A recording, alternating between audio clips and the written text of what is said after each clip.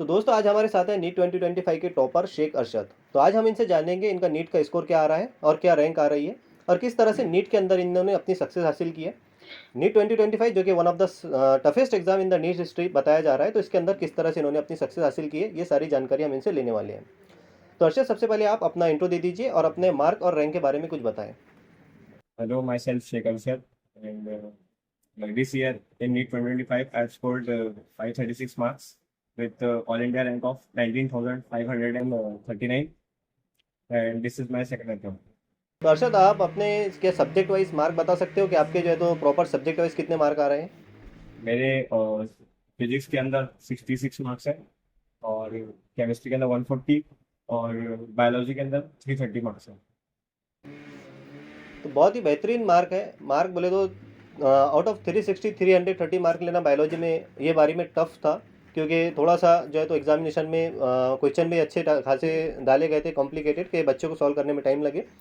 और उसके बाद में केमिस्ट्री में 140 आउट ऑफ 180 में से 140 मार्क ले लेना, ये भी कोई कम बात नहीं है, बहुत अच्छे मार्क है। बस फिजिक्स में 66 मार्क है और वो भी बहुत ज़्यादा है अभी के एग्ज़ाम के हिसाब से देखा जाए तो क्या आप बता सकते हो कि 3 आवर्स का जो पूरा पेपर था, 720 मार्क का जो पेपर लिया गया था, 3 घंटे उसे दिए गए थे। पिछले साल के जो 20 मिनट थे एक्स्ट्रा के वो निकाल दिए गए थे। आपको जो है तो प्रॉपर एग्जाम के समय किस सब्जेक्ट को कितना टाइम लगा सॉल्व करने में।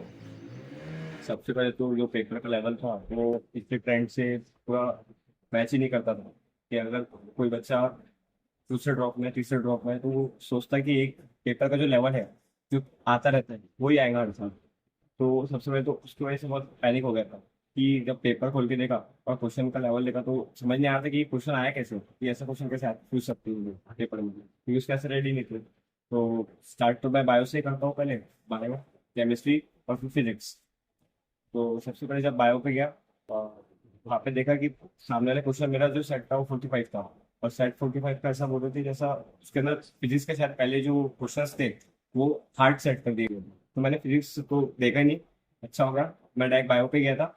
तो मैं बायो पे जब गया, मेरे को स्टार्टिंग में बहुत सारे हार्ड क्वेश्चन दिख गए। तो वो क्वेश्चन को देख के मैंने छोड़ दिया, क्योंकि मेरे को मालूम था कि क्वेश्चन ये हार्ड है, ये इसमें मेरे 3-4 मिनट चल जाएंगे। तो मैंने डायरेक्ट पेपर को पीछे से स्टार्ट कर दिया कि मेरे को जो आ रहे हैं मैं वो करूंगा पहले। तो मैंने सब जो भी क्वेश्चन मेरे को आ रहे थे वो सब करते गया ऐसा करके मेरे को बायो के अंदर जो एक राउंड होता, पहला सेट जो होता, वो करने में मेरे को कम से कम 1 घंटा लग गया बिना OMR के। तो वहाँ पे भी थोड़ा लग गया, क्योंकि जितने मैंने टेस्ट दिया था उसके अंदर मेरा बायो टोटल OMR के साथ में 45 मिनट्स में हो जाता था, पर यहाँ पे मेरा पहला राउंड ही 1 घंटे में कम्प्लीट होता।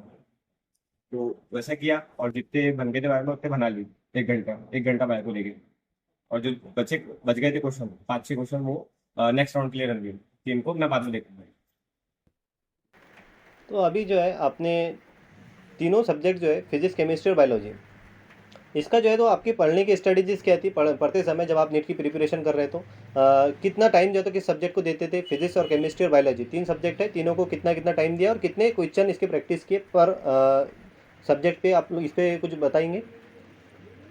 सबसे पहले मेरा जो फिजिक्स, केमिस्ट्री, बायोलॉजी है, उसमें तीनों सब्जेक्ट में मेरा सबसे, अगर मैं बोलूँ कि कुछ मेरे को हार्ड ज़्यादा था वो था फिजिक्स, क्योंकि मेरे को फिजिक्स ने ही पिछले साल बहुत ज़्यादा सताया था। मेरे पिछले साल जो मार्क्स थे वो 571 थे, और उस पर रैंक बहुत ज़्यादा चली गई थी, 1,10,000 मेरी रैंक बन गई थी उस पर। और उसमें भी मेरे फिजिक्स में कम मार्क्स थे। मेरे पिछले साल जो मार्क्स थे वो ऐसे थे कि कुछ मेरे 320 मार्क्स थे बायो में, और केमिस्ट्री में 130 के आसपास थे, और फिजिक्स के अंदर मेरे 110 मार्क्स थे पिछले साल के पेपर के अंदर। तो मेरा फिजिक्स कमजोर था, मेरे को पता था इस साल मेरे को उस पर ध्यान देना है, तो मैंने इसलिए तीनों सब्जेक्ट के अंदर फिजिक्स में ज़्यादा थोड़ा टाइम देता हूँ। जैसे अगर फिजिक्स, केमिस्ट्री, बायो को मैं हर दिन पर डे देखूँ कितना वेटेज देता था, तो मैं फिजिक्स में 4 घंटे देता था, और केमिस्ट्री को 3 घंटे, और बायो को 2 घंटे, क्योंकि बायो मेरी स्ट्रॉन्ग थी, मेरे को पता था। तो बायो भी हर बच्चे की स्ट्रांग ही होती है, ज़्यादातर देखा जाए तो बायो इजी सब्जेक्ट माना जाता है। लेकिन केमिस्ट्री और फिजिक्स में बहुत सारे बच्चों को प्रॉब्लम आता है कि केमिस्ट्री और फिजिक्स याद तो कर लेते हैं, कंसेप्ट समझ में आ जाता है, लेकिन इसके क्वेश्चन सॉल्व नहीं होते। तो इसके बारे में आप कुछ बताइए बच्चों को कि किस तरह से इसे पढ़ के समझ के इसके क्वेश्चन प्रैक्टिस करना है, और आप जो है तो जब पेपर सामने आए तो कैसे क्वेश्चन को सॉल्व कर सकते हो। ये बहुत ज़्यादा प्रॉब्लम होता है बच्चों के साथ, इसके ऊपर कुछ बताएं।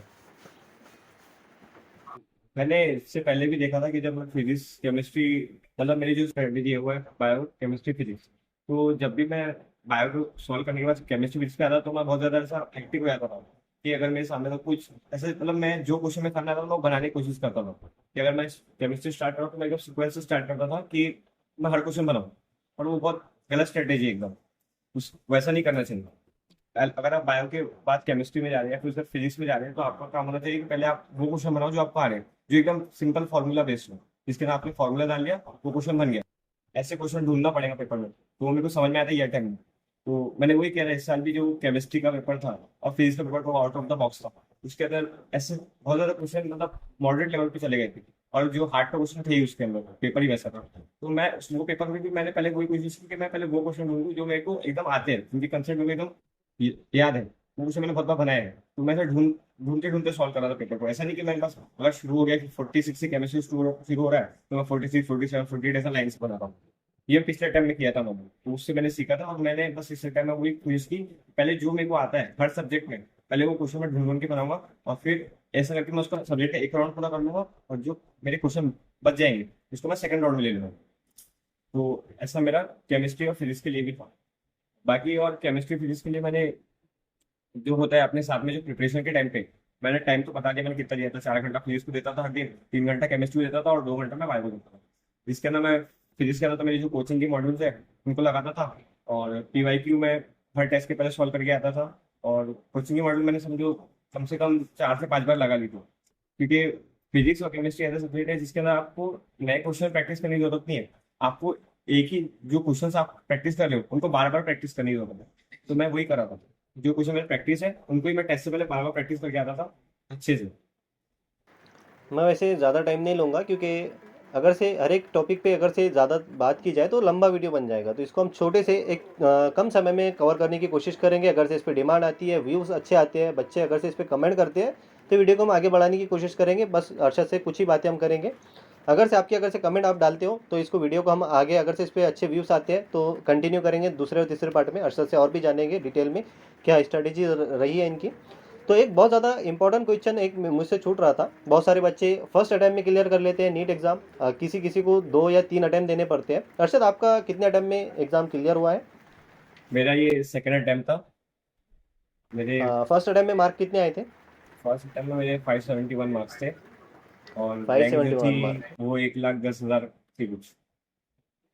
अच्छा, तो समझ लीजिए कहीं ना कहीं नीट 2024 में 571 मार्क्स से अभी नीट 2025 में 537 मार्क।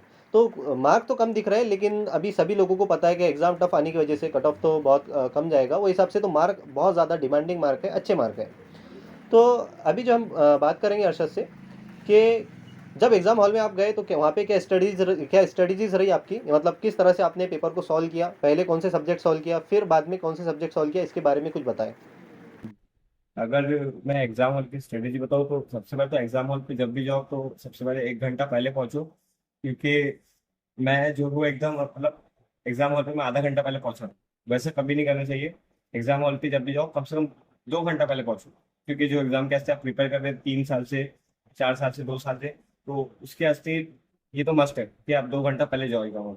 मेरे से गलती हो गई थी कि मैंने ट्रैफिक को इग्नोर कर दिया था। मेरे को लगा नहीं था कि ट्रैफिक होगा करके, पर उस दिन पता नहीं अचानक से ट्रैफिक हो गया, और मैं समझो आधा घंटा पहले पहुंचा गेट क्लोजिंग टाइम पे।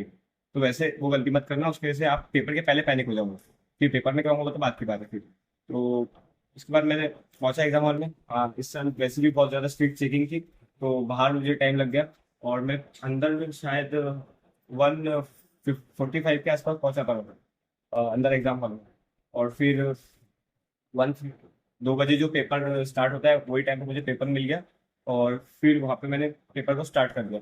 पेपर जब स्टार्ट किया तो मुझे टीचर्स ने पहले बोल दिया था कि पेपर का ओवरव्यू लेने की कोई ज़रूरत नहीं है, तो इसलिए मैंने अच्छा ओवरव्यू नहीं लिया पेपर का। और मैंने फिजिक्स केमिस्ट्री बायो जो है उसमें डायरेक्ट मैंने बायो खोली, कि मेरी स्ट्रेटेजी है बायो केमिस्ट्री फिजिक्स। मैं डायरेक्ट बायो पे गया और बायो सॉल्व करने लग गया। और जो मेरे टीचर्स मुझे बता दें कि राउंड की स्ट्रेटेजी यूज़ करो, पहले राउंड में ये सॉल्व करो जो क्वेश्चन तुम्हें आते हैं, और वैसा ही फिजिक्स के बायो सॉल्व करो, केमिस्ट्री सॉल्व करो, फिजिक्स सॉल्व करो। और फिर जो सेकंड राउंड है उसमें बचे क्वेश्चन सॉल्व करो, कि जो क्वेश्चन तुम्हारे बच गए, तुम्हें हार्ड लग रहे हैं या फिर तुम्हें नहीं आ रहे, जो तुम्हें लग रहा है कि तुम्हें कुछ सोचना पड़ेगा